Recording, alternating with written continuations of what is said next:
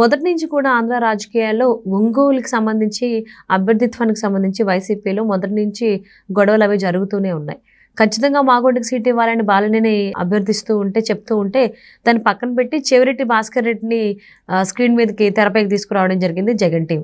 So దానికి బాలినేని గారు చాలా అప్సెట్ అయ్యి ఆయన ఫోన్ స్విచ్ ఆఫ్ చేసి కార్లు కూడా వదిలేసి ట్రైన్లో ఆయన ట్రావెల్ చేస్తున్నారు, ఆయన టీంని కూడా పక్కన పెట్టారన్నట్టుగా వార్తలు వస్తూ ఉన్నాయి. మరి ఇలా చేసిన తర్వాత కూడా బాలినేనికి కాల్ చేసి జగన్ టీం మాట్లాడుతుందా, లేకపోతే వెళ్ళిపోయారు కదా అని చెప్పి లైట్ తీసుకుంటారా జగన్ టీం?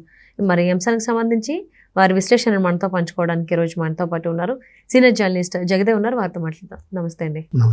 బాలినేని మొదటి నుంచి కూడా ఒంగోలు అభ్యర్థిత్వానికి సంబంధించి యాజ్ ఎమ్మెల్యేగా మాగొండకే ఇవ్వాలని చెప్పేసి మొదటి నుంచి ఆయన చెప్తూనే ఉన్నారు, కోరుకుంటూనే ఉన్నారు. సో ఆయన ఎంత ట్రై చేసినా మాగుంట గారు అంత ఇంట్రెస్ట్ చూపించట్లేదు వైసీపీలో ఉండడం కోసం. అది దానికి చాలా కారణాలనే అది అందరికీ తెలిసిందే. ఎంత చెప్పినా బాలినేని మాగుంట వైపే ఉన్నారు, జగన్ టీం మాత్రం చెవిరెడ్డి వైపే వస్తున్నారు. సో ఫైనల్లీ ఇంకా బాలినేనికి విసుకొచ్చేసి ఫోన్ స్విచ్ ఆఫ్ చేసి వాళ్ళ టీంని కూడా పక్కన పెట్టేసి ట్రైన్లో ట్రావెల్ చేసుకుంటూ ఒంగోలు వెళ్ళిపోయారు అన్నట్టుగా వార్తలు వస్తున్నాయి. హైదరాబాద్ వచ్చేసారు. అంటే బాలినేని గారు జగన్మోహన్ రెడ్డి గారి దగ్గర బంధువు అయినప్పటికి కూడా మొదటి నుంచి కూడా కొంచెం ముక్కుసూటిగా ఉండే మనిషి. అంటే ఏవైనా ప్రభుత్వ వైఫల్యాలు కానీ పథకాల్లో లోపాలు ఉన్నప్పుడు కూడా డైరెక్ట్గా మధ్యలో కాంట్రాక్ట్లు ఏమి పెట్టుకోకుండా డైరెక్ట్గా జగన్మోహన్ రెడ్డి గారిని కలిసి ఆయనకి నివేదించి ఆయన ప్రాబ్లం ఏంటి చెప్పే ప్రయత్నం కూడా చేసేవారు, చేస్తుంటారు కూడా చాలాసార్లు. అంటే జగన్మోహన్ రెడ్డి గారు కూడా మొదట్లో చూపించినంత ఆదరణ తర్వాత చూపించలేదనేది మెయిన్ రీజన్. బాలినేని గారి అలకకు మొదటి ప్రధాన కారణం అదని వైసీపీ శ్రేణులు మాట్లాడుకోవడంగా విన్న వాస్తవాలు. అయితే ఏంటంటే ఇదేనే కాదు, టిడ్కో ఇల్లుకి సంబంధించి కూడా ఫస్ట్ అక్కడ ఆయన హయాంలో జరిగినప్పుడు అవకతవకలు జరిగాయి. ముఖ్యంగా వైసీపీ కార్యకర్తలకి ఇవ్వాల్సింది పోయి అందరికీ ఇచ్చాము, అందరికీ మీట నొక్కి ఇచ్చేలా చేస్తామనేది కరెక్ట్ కాదు. ఎందుకంటే మన వెనక వైసీపీ కార్యకర్తలు ఎవరైతే మొదటి నుంచి జెండా పట్టుకుని తిరిగారో వాళ్ళకి న్యాయం చేకూర్చాలి అనేది బాలినేని గారి వాదం. సో ఆ విషయంలో చాలా సందర్భాల్లో ఆయనకి వెళ్ళి కలవడము, సరే చూద్దాంలే వెళ్ళు అని చెప్పడము. ఆ తర్వాత మధ్యలో సజ్జల గారు ఎంటర్ అయిన తర్వాత చాలా వరకు జగన్మోహన్ రెడ్డి గారిని కలవకుండా చేయడం అనేది కూడా చాలా సందర్భాల్లో జరిగిందని ఆయన సన్నిహితులతో వాపోయిన సందర్భాలు కూడా ఉన్నాయి. అది కాకుండా ఒక 4 నెలల కిందట కూడా ఇలాగే పార్టీ సమావేశం పెట్టినప్పుడు కూడా ఇట్లా బాలినేని గారు అక్కడ వాళ్ళతో వాపోయిన విషయం ఏంటంటే, మనకంటే జగన్మోహన్ రెడ్డి గారి మీద ఎంత ఫీలింగ్ ఎంత ఉంటుంది, అభిమానం, మరి ఆయనకి మన మీద ఉండాలి కదా, ఇలాంటి సందర్భాల్లో మనం పోటీ చేయాలని కూడా క్వశ్చన్ మార్క్గా ఉంది, బిడ్డను ఇంట్రడ్యూస్ చేద్దాం అనుకుంటున్న అబ్బాయిని ఈ సందర్భంలో ఇంట్రడ్యూస్ చేయడం కూడా కరెక్ట్ కాదని సన్నిహిత వర్గాలతో మాట్లాడడం, అది మీడియాలోకి యూట్యూబ్లో వైరల్ అవ్వడం కూడా మనం చూసాం. అంటే అక్కడి నుంచి కూడా వైసీపీలో ఉండే లోకల్ విషయాలు బయటకు రావడం కానీ, బాలినేని గారు ఇట్లా పార్టీల మీద అంతగా సుముఖంగా లేరు, ఆయనకి ప్రాధాన్యత తగ్గిందని కానీ రకరకాల వార్తలు వినిపిస్తున్న నేపథ్యంలో ఆయన ప్రతిసారి అలగడము, ఎవరినో ఒకరు పంపించి విజయసాయిరెడ్డి గారినో లేదంటే ఇంకెవరైనా వాళ్ళ దగ్గర రెస్పాండ్ అవ్వకపోయినా, మీరు అన్నట్టు ఫోన్ రెస్పాండ్ అవ్వకపోయినా, లేదంటే ఆయన అక్కడ ఒంగోలులో ఉంటున్నారో హైదరాబాద్లో ఉంటున్నారో ఎవరికి ఇన్ఫర్మేషన్ ఇవ్వకపోయినా కూడా ఎవరో ఒకరి ద్వారా ఇన్ఫర్మేషన్ తెలుసుకొని ఆయనకి బుజ్జగించే ప్రయత్నం చేసేవారంట.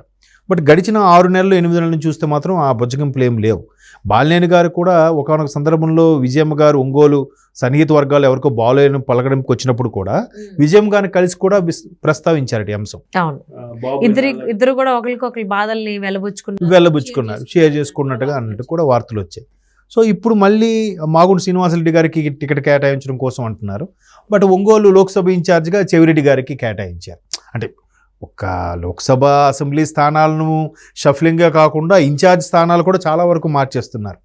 అలా మార్చినప్పుడు చెవిరెడ్డి గారు ఖచ్చితంగా ఆయనకి నచ్చింది ఆయన ఫేవర్గా చేయాలనుకుంటారు కదా.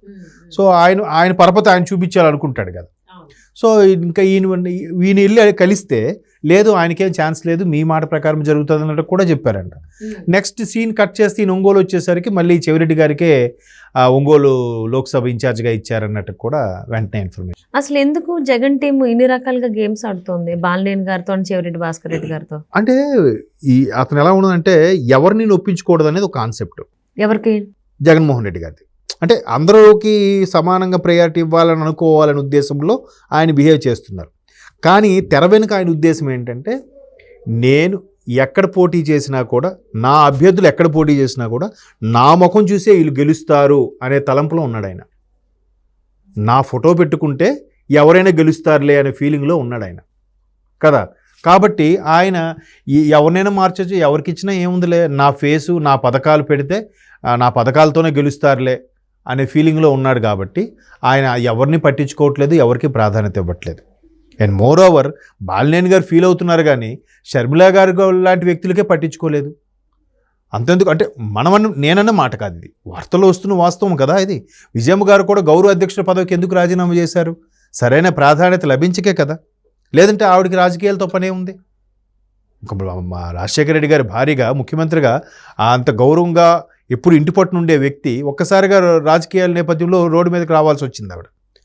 రాజశేఖర రెడ్డి గారు చనిపోవడం, జగన్మోహన్ రెడ్డి గారు అరెస్ట్ అవ్వడం, what ever it may be కదా. అటువంటి గౌరవంగా ఉండాల్సిన ఆవిడ కూడా గౌరవ అధ్యక్ష పదవికి రాజీనామా చేసి షర్మిలా గారితో పాటు తెలంగాణ వైపు వచ్చేసారంటే అక్కడ తల్లికి కూడా ప్రాధాన్యత లేనప్పుడు బాలినేని గారు లాంటి వారికి ప్రాధాన్యత వస్తుందని అనుకోవడం ఆయన భ్రమ, అంతే కదా. ఆయన అడిగినా కూడా ఇప్పుడు వాళ్ళైనా రాజకీయ నేపథ్యంలో ఇంత హడావిడిగా అభ్యర్థులను కేటాయించే విషయంలో, అభ్యర్థులను డిక్లేర్ చేసే విషయంలో హడావిడిగా ఉంటున్నప్పుడు ఇంకా ఎంతకని వాళ్ళు అలిగితే మాత్రం బతిమాలుతారు, బామాలుతారు చెప్పండి. ఆయన ఏదో ఫీలింగ్లో ఉన్నాడు, నా ఫోటో పెడితే నా పథకాలతో ఎవరు ఎక్కడ మార్చినా, ఎవరు ఎక్కడ షఫిల్ చేసినా ఖచ్చితంగా గెలిచేస్తారు అనే తలంపులో ఉన్నాడు ఆయన.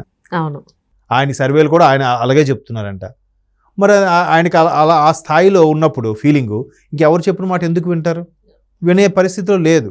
ఈయన అలిగినా, ఈయన ఫోన్ స్విచ్ ఆఫ్ చేసుకున్నా, ఈయన సింహపురి ఎక్స్ప్రెస్లో మీరు అన్నట్టు ఒంగోలు నుంచి హైదరాబాద్ వచ్చేసినా, హైదరాబాద్లో ఎమ్మెల్యే క్వార్టర్స్లో ఉన్నారా, ఆయన గెస్ట్ హౌస్లో ఉన్నాడా, లేకపోతే ఆయన ఇంట్లో ఉన్నాడా అని వాకప్ చేసే పరిస్థితులు ఉండవు కదా. కాకపోతే ఈ ఎవరెవరైతే సోకాళ్ళుగా ఒక్కొక్కరుగా వెళ్ళిపోతున్నారో, ఇప్పుడు మొన్న కీలకమైన 3 ఎంపీలు వెళ్ళిపోయారు.